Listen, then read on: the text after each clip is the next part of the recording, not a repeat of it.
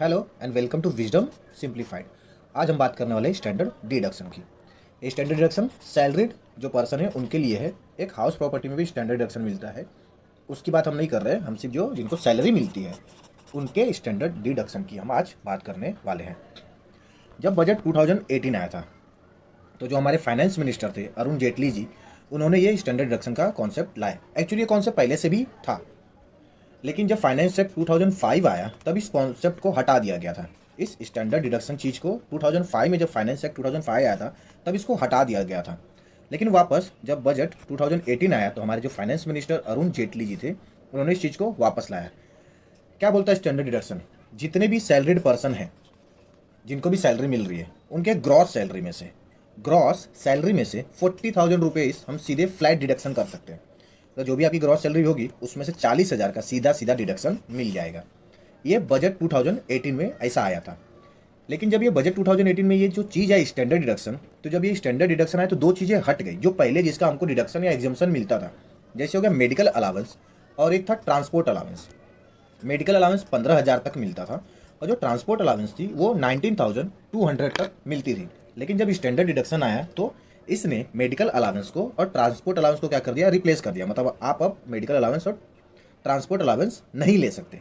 लेकिन जो blind, deaf, dumb या हैंडीकेप है उनको अभी भी ट्रांसपोर्ट अलाउंस मिल रहा है। किनको मिल रहा है? सिर्फ ब्लाइंड, डीफ, डम्ब या हैंडीकेप, इनको सिर्फ अभी भी ट्रांसपोर्ट अलाउंस का बेनिफिट मिलेगा। लेकिन बाकी मैंने क्या बोला, स्टैंडर्ड डिडक्शन क्या क्या खा गया?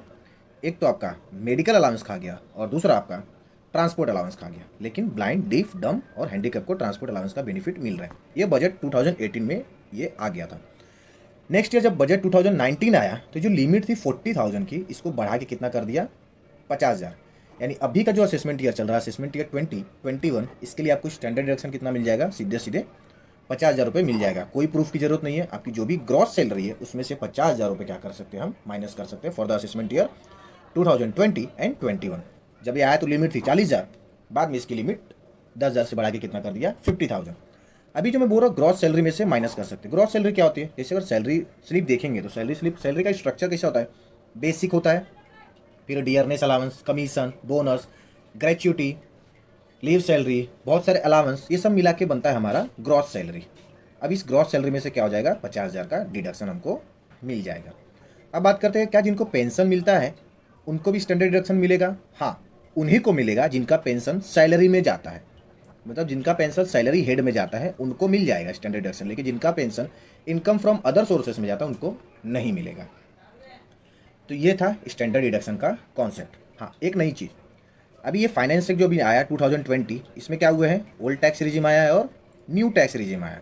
अगर आप ओल्ड टैक्स रिजिम चुनते हो तो आपको ये स्टैंडर्ड डिडक्शन नहीं मिलेगा। लेकिन अगर आप न्यू टैक्स रिजिम चुनते हो, सॉरी उल्टा बोल गया, अगर आप ओल्ड टैक्स करते हो तो आपको मिलेगा, न्यू टैक्स में आपको ये नहीं मिलेगा। वापस रिपीट कर रहा हूँ, फाइनेंस एक्ट 2020 में अभी ये ओल्ड टैक्स रिजिम और न्यू टैक्स रिजिम आ गया। तो अगर आप ओल्ड टैक्स में जाते हो तो आपको स्टैंडर्ड डिडक्शन मिलेगा, और अगर आप पर न्यू टैक्स में जाते हो तो स्टैंडर्ड डिडक्शन नहीं मिलेगा। ओल्ड टैक्स वाले को मिल जाएगा, न्यू टैक्स वाले को नहीं मिलेगा। ये था पूरा स्टैंडर्ड डिडक्शन का स्टोरी। अब इस पे छोटा सा एग्जांपल देख लेते हैं, बहुत छोटा सा example. First assessment year 18-19, salary थी 8,50,000। तब तक ये कॉन्सेप्ट स्टैंडर्ड डिडक्शन का नहीं था। तो आपको ट्रांसपोर्ट अलाउंस 19,200 और मेडिकल अलाउंस अप टू 15,000 मिलता था। तो नेट सैलरी कितनी हो गई? 8,15,800। लेकिन जब बजट आ गया 2018 तो जो अप्लीकेबल असेसमेंट ईयर था वो था 1920। यहाँ से स्टैंडर्ड डिडक्शन मिलना चालू हो गया। लेकिन जब स्टैंडर्ड डिडक्शन आया तो ट्रांसपोर्ट अलाउंस और मेडिकल अलाउंस जा चुके थे।